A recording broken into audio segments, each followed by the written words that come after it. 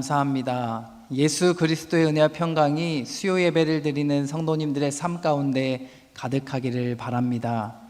우리 옆사람과 또 앞뒷사람과 사랑의 인사 나누겠습니다. 참 잘 오셨습니다. 네, 오늘 예배 자리에 너무나도 잘 나오셨습니다. 사람은 망각의 동물이다 라는 말이 있습니다. 이 문장이 뜻하는 바가 무엇입니까?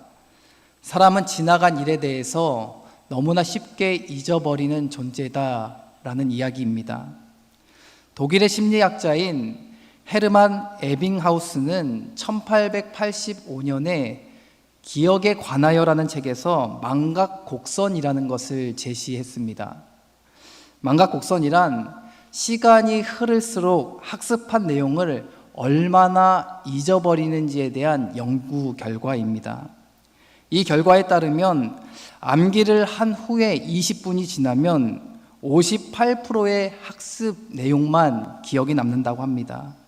또 하루가 지나면 33%의 학습 내용만 머릿속에 남는다고 합니다. 그리고 한 달 이상이 지나면 학습 내용은 불과 21%밖에 기억나지 않는다라는 연구 결과가 나왔습니다.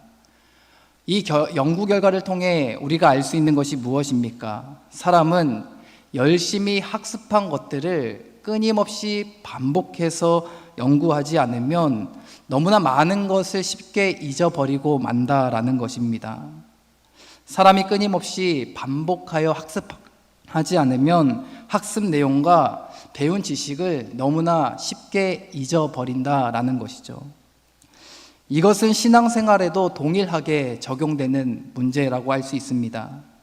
우리가 신앙생활을 하다 보면 하나님으로부터 받았던 크신 은혜와 사랑을 너무나 쉽게 잊어버리고 또 하나님께서 행하셨던 일들을 쉽게 망각할 때가 많이 있습니다.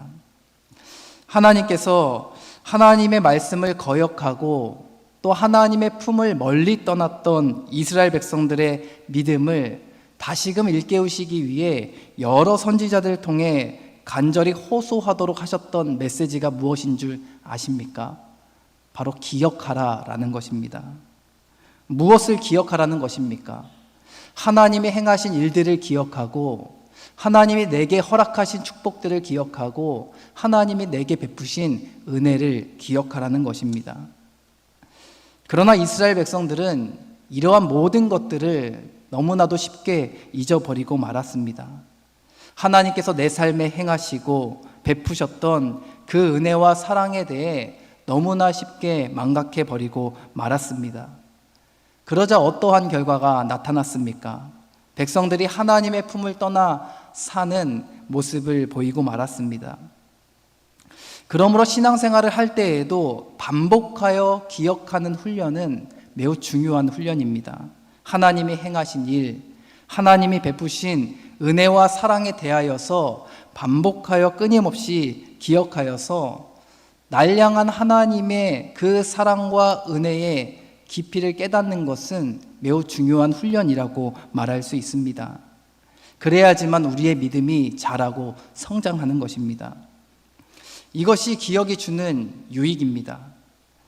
그런데 인생을 살다 보면 이와는 반대로 기억하지 못함으로 인하여서 유익이 되는 경우들도 있습니다. 이것을 일명 망각의 축복이다라고 부릅니다. 어떤 경우가 그렇습니까? 좋지 않았던 과거의 사건들, 또 아픔과 상처에 대해서는 잊어버릴 때 우리 인생에 축복이 되는 경우들이 많이 있습니다. 여러분 한번 생각해 보십시오. 만약 우리가 과거에 좋지 않았던 일에 대해서 끊임없이 되뇌이며 기억하는 삶을 살아간다면 여전히 과거의 상처와 아픔에 사로잡혀 오늘의 삶을 충실하게 살아가기가 결코 쉽지 않을 것입니다. 왜냐하면 과거에 좋지 않은 기억으로 인한 마음의 상처와 아픔은 우리를 낙심하게 만들고 또 오늘을 살아갈 힘을 빼앗아 버리기 때문입니다. 그러므로 좋지 않은 과거의 일이나 마음의 상처와 아픔에 대해서는 쉽게 잊어볼 필요가 있습니다. 이사야 43장을 보면 하나님께서 바벨론의 포로로 붙잡혀가 생활하던 이스라엘 백성들에게 해방의 메시지를 선언하시면서 그들에게 한 가지 당부의 메시지를 전하십니다. 그 내용이 바로 이사야 43장 18절 말씀입니다. 18절 말씀 함께 읽어보겠습니다. 너희는 이전 일을 기억하지 말며 옛날 일을 생각하지 말라. 아멘. 이스라엘 백성들이 바벨론의 포로로 붙잡혀 가서 포로 생활을 하면서 그들 마음 가운데 얼마나 큰 아픔과 상처가 있었겠습니까? 그들이 포로 생활을 하면서 느꼈을 수치와 모욕은 이루 말할 수 없었을 것입니다. 그런 이스라엘 백성들에게 하나님은 구원의 메시지와 위로의 메시지를 전하시면서 한 가지를 당부하셨습니다. 이전 일을 기억하지 말고 옛 일을 생각하지 말아라. 하나님은 이스라엘 백성들이 더 이상 과거의 상처와 아픔에 얽매여 살지 않기를 간절히 원하셨습니다. 그리고 나서 이사야 43장 19절에서 하나님은 이렇게 말씀하십니다. 보라, 내가 새 일을 행하리니 이제 나타낼 것이라. 아멘. 무슨 이야기입니까? 과거에 좋지 않았던 일에 대해서는 더 이상 기억하지 말고 이제부터는 앞으로 행하실 하나님의 일들만을 기억하라는 것입니다. 이것이 건강한 삶을 살아가는 하나님이 가르쳐 주신 특별한 지혜인 것입니다. 좋지 않은 것들에 대해서는 쉽게 망각하고 반대로 좋은 일에 대해서는 끊임없이 반복하여 기억하는 태도는 우리의 삶을 건강하게 만들고 우리의 영혼을 윤택하게 만드는 것입니다. 건강한 신앙생활을 하는 것도 이와 똑같습니다. 내 마음에 상처와 아픔을 가져다 준 과거에 좋지 않은 일들에 대해서는 쉽게 잊어버리고 하나님이 내게 행하셨던 그 아름다운 일, 내게 부어주셨던 축복, 또 내게 베푸셨던 은혜와 사랑에 대해서는 반복하여 기억하며 신앙생활을 할 때 우리는 주님 안에서 기쁘고 즐겁고 행복하게 신앙생활을 할 수 있는 것입니다. 그러므로 우리는 하나님께 기도할 때 이렇게 간절히 기도해야 합니다. 하나님, 좋지 않은 일에 대해서는 잊어버릴 수 있는 망각의 축복을 주시고 좋은 일에 대해서는 기억할 수 있는 기억의 은혜를 더하여 주옵소서. 한번 따라해 보겠습니다. 망각의 축복을 주시고 기억의 은혜를 주옵소서.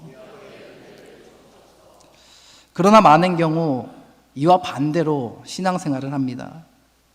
자신의 마음에 큰 상처와 아픔을 주었던 좋지 않은 일들에 대해서는 끊임없이 되뇌이며 기억하며 사는 겁니다. 그리고 좋은 일들, 하나님이 내게 베푸셨던 사랑과 은혜에 대해서는 너무나 쉽게 망각하며 살아갑니다. 이러한 그릇된 태도는 우리의 삶과 영혼을 피폐하게 만드는 주된 원인이 됩니다. 우리의 삶은 하나님이 내게 베푸신 그 사랑과 은혜를 망각하는 그 순간부터 그릇된 방향으로 나아가게 됩니다. 오늘 말씀을 보면 반드시 기억해야 할 하나님의 은혜를 너무나 쉽게 망각해 버렸던 이스라엘 백성들의 모습이 기록되어 있습니다. 오늘 본문의 앞장인 사무엘상 7장에는 에벤에셀의 은혜에 대한 이야기가 기록되어 있습니다. 사무엘이 이스라엘 백성들에게 블레셋과의 전쟁에서 승리할 수 있는 비결에 대해 가르쳐 줍니다. 그 승리의 비결은 전심으로 하나님만을 섬기라라는 것이었습니다. 이방 신들과 아스다롯 여신상들을 없애버리고 주님께만 마음을 두고 하나님만을 섬기라는 것입니다. 그러면 하나님께서 블레셋의 손에서 너희를 건져주실 것이다 라고 이야기했습니다. 참 다행인 것은 이 백성들이 이 사무엘의 이야기를 듣고서 미스바에 모여 종일 금식하며 자신들이 저질렀던 죄악된 행동들에 대해 회개했다는 것입니다.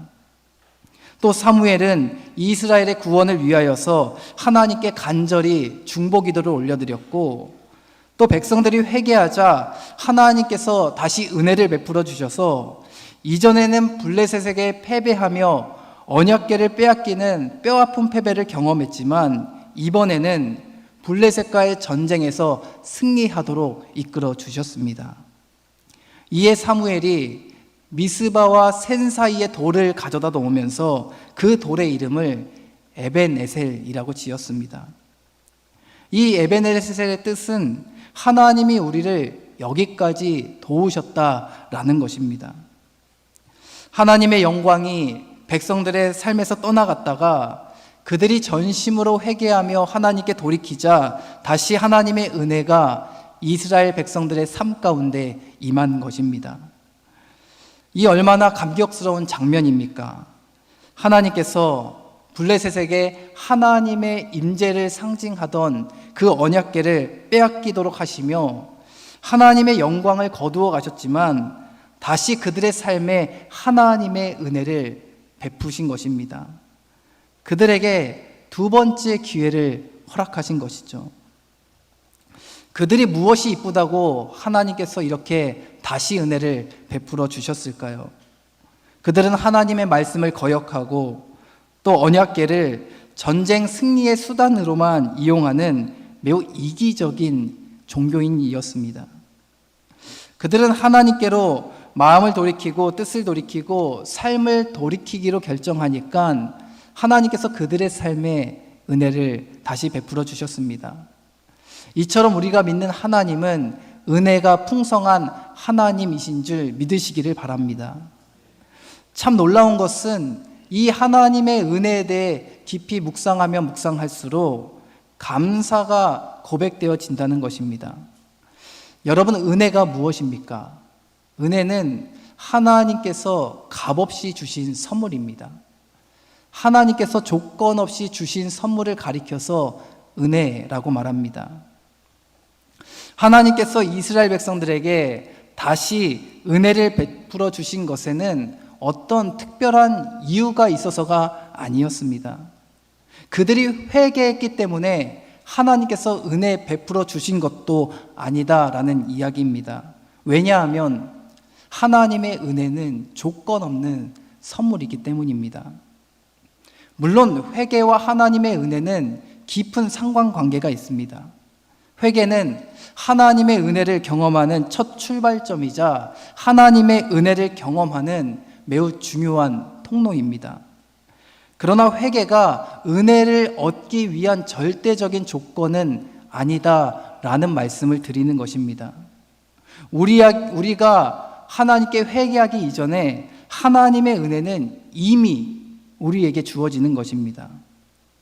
하나님은 조건 없이 우리에게 은혜를 베풀어 주시는 분이기 때문입니다. 그렇다면 회개가 주는 유익은 무엇일까요?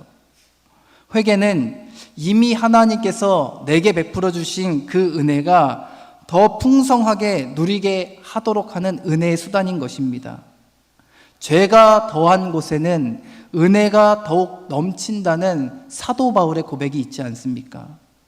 그가 왜 이러한 고백을 하는 것입니까?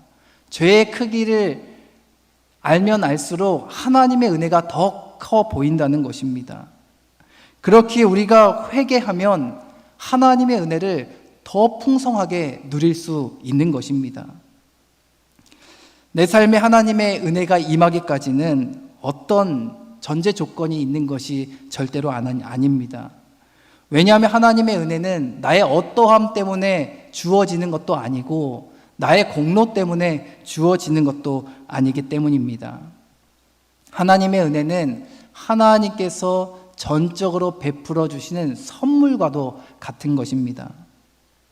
그러므로 우리가 하나님의 은혜에 대해 생각하고 고백할 때 절대로 오해해서는 안 되는 것이 있습니다. 그것은 내가 하나님께 무엇인가를 해드렸기 때문에 하나님이 내게 은혜를 베푸신 거야 라고 생각해서는 안 됩니다. 내가 하나님께 회개했기 때문에 하나님께서 내게 은혜를 허락하신 거야 라고 생각해서는 안 됩니다. 왜냐하면 이것은 자칫 잘못하면 하나님의 은혜보다 나의 공로를 앞세우는 그릇된 태도를 형성할 수 있기 때문입니다. 그러므로 우리는 결코 하나님의 은혜보다 나의 공로를 앞세워서는 안 되는 것입니다. 내가 하나님을 위해 무엇인가를 해드렸기 때문에 하나님의 은혜가 내 삶에 임한 것이 절대로 아닙니다. 하나님의 은혜는 하나님의 전적인 주권 아래 하나님께서 부어주시는 선물임을 믿으시기를 바랍니다. 예수님께서 베풀어 주셨던 십자가의 은혜를 한번 생각해 보십시오. 로마서 5장 8절 말씀에는 이렇게 기록되어 있습니다. 우리가 아직 죄인 되었을 때에 그리스도께서 우리를 위하여 죽으심으로 하나님께서 우리에 대한 자기의 사랑을 확증하셨느니라. 아멘. 예수님께서 언제 우리를 위해 십자가 위에서 죽으셨다라고 기록되어 있습니까? 우리가 회개했을 때 예수님께서 십자가 위에서 죽으셨습니까?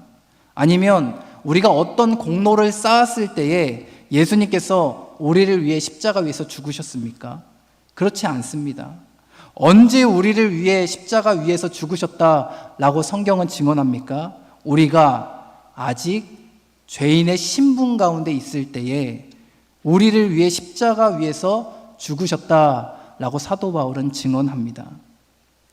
우리가 죄로부터 삶을 돌이켰기 때문에 주님께서 십자가의 은혜를 베푸신 것이 아닙니다. 아직 죄인이었을 때, 아직 죄 가운데 있었을 때, 내가 회개하기도 이전에 하나님의 전적인 은혜로 우리는 예수님의 십자가로 인해 구원받은 줄 믿습니다.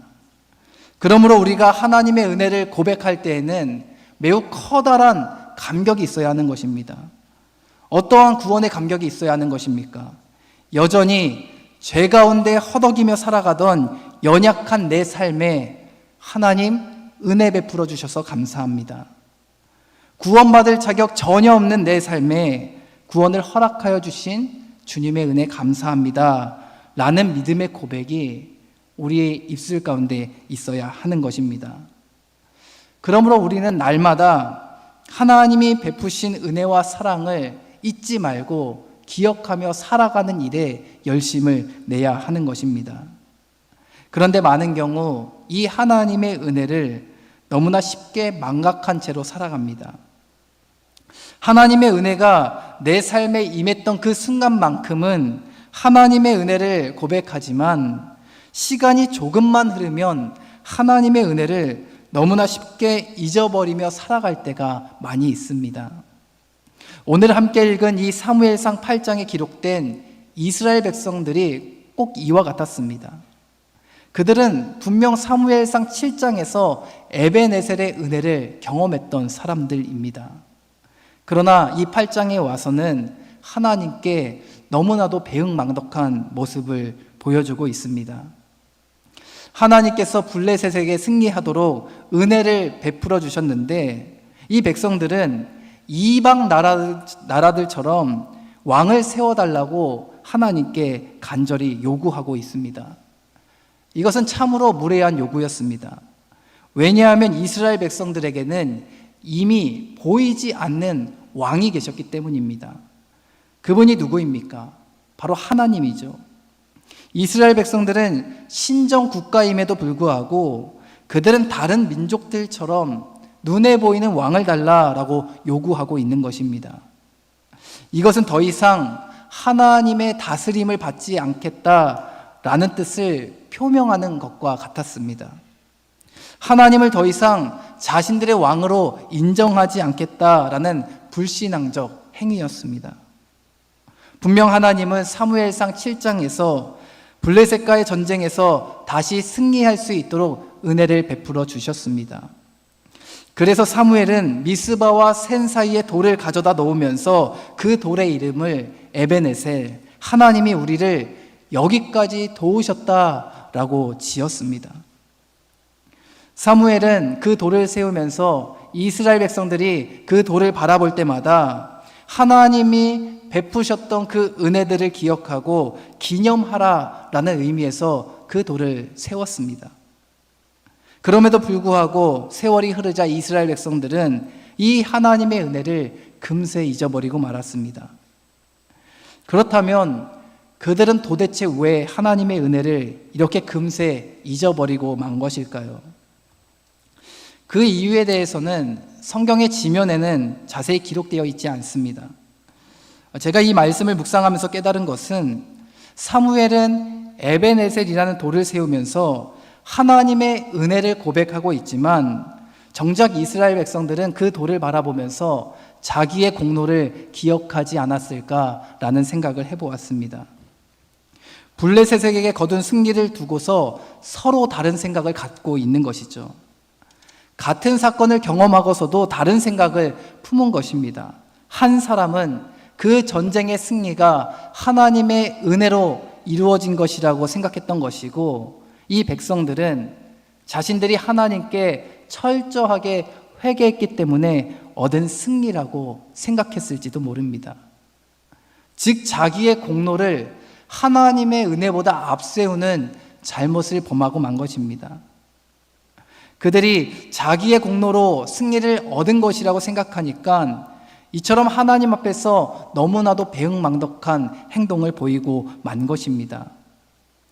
그들은 보이지 않는 하나님이 그들과 함께 하고 계심에도 불구하고 다른 민족들과 똑같은 보이는 왕을 세워달라고 요구했습니다. 하나님의 다스림을 받지 않겠다라는 뜻을 표명한 것이었습니다. 그들의 모습에서는 하나님의 은혜 가운데 살아가고자 하는 그런 모습을 전혀 발견할 수가 없었습니다. 여러분은 은혜 받는 것보다 더 중요한 것이 있는데 그것이 무엇인 줄 아십니까? 그것은 받은 은혜대로 살아가는 것입니다.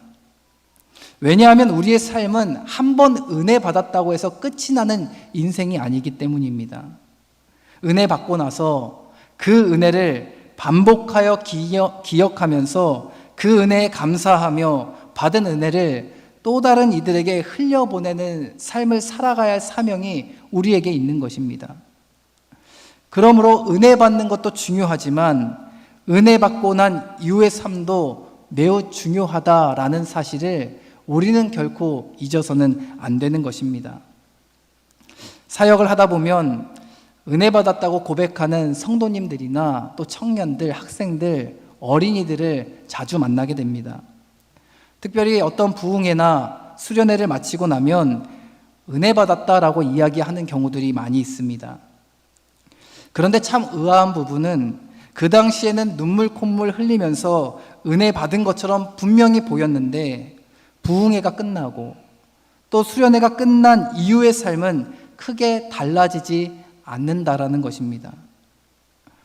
부흥회와 수련회가 끝난 이후의 삶은 이전의 삶과 별반 다를 것이 없을 때가 많이 있습니다.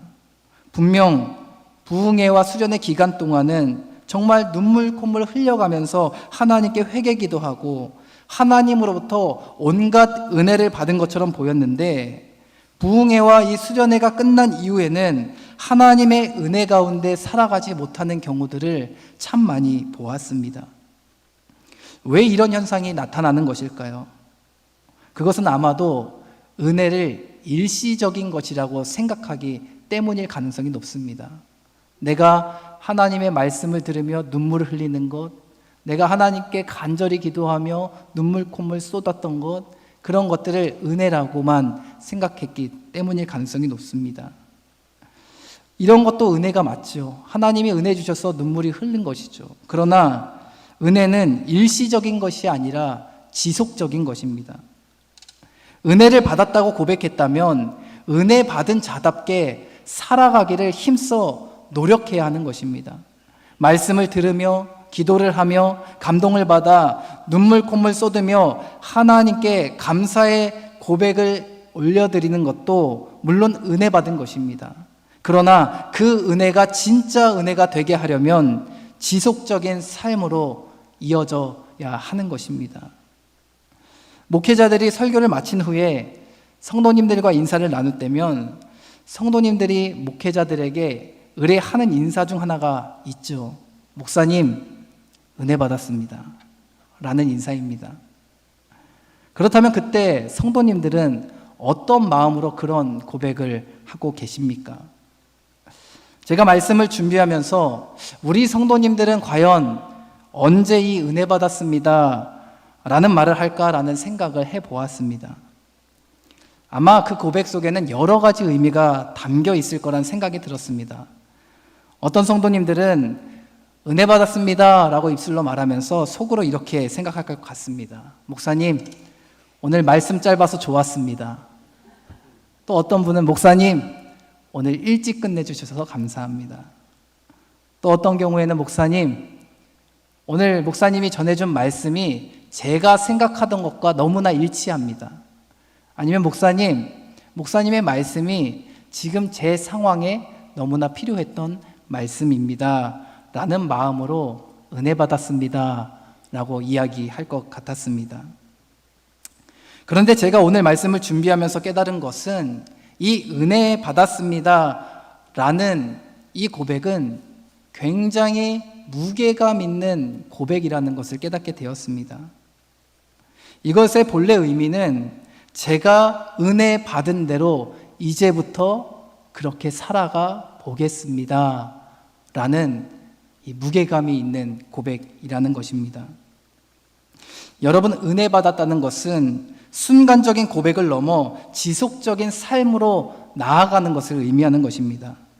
우리가 입술로 은혜 받았다라고 고백한다면 이제는 그 은혜를 고백한 이후에 지속적인 삶의 변화가 나타나기를 힘써 노력하는 삶으로 나아가야 하는 것입니다.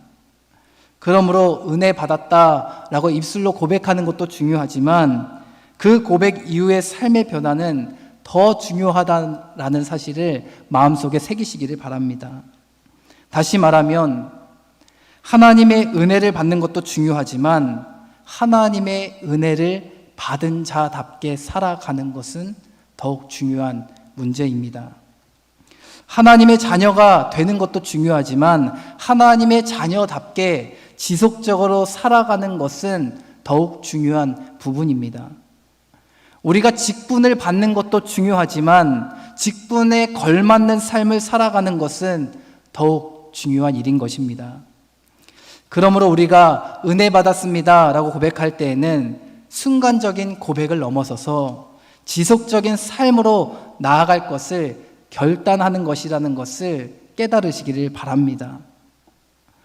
제가 은혜 받았습니다 라는 이 말이 무게감 있는 말이다 라고 말씀을 드렸습니다. 그래서 오늘부터 나가실 때 입 꾹 다무시고 아무런 말씀 안 하시고 지나가지 마시고 오히려 더 담대하게 목사님 은혜 받았습니다. 주신 말씀대로 살아가겠습니다. 그런 마음을 담아 고백하시기를 바랍니다. 그럼 제가 그 고백 드릴 때마다 성도님들을 향해서 하나님, 우리 성도님이 그렇게 살아갈 수 있는 힘과 능력을 주옵소서라며 함께 기도하겠습니다. 사랑하는 성도 여러분, 하나님의 은혜를 경험했다면 은혜 받은 자답게 살아가는 일에 책임감을 가지고 살아가시기를 바랍니다. 매일의 삶 속에서 하나님이 내게 베푸신 그 은혜와 사랑을 기억하면서 은혜 받은 자답게 살아가기를 힘써 노력함으로 하나님께 기쁨이 되는 인생을 살아가는 저와 여러분들의 삶이 되기를 주님의 이름으로 간절히 축원합니다.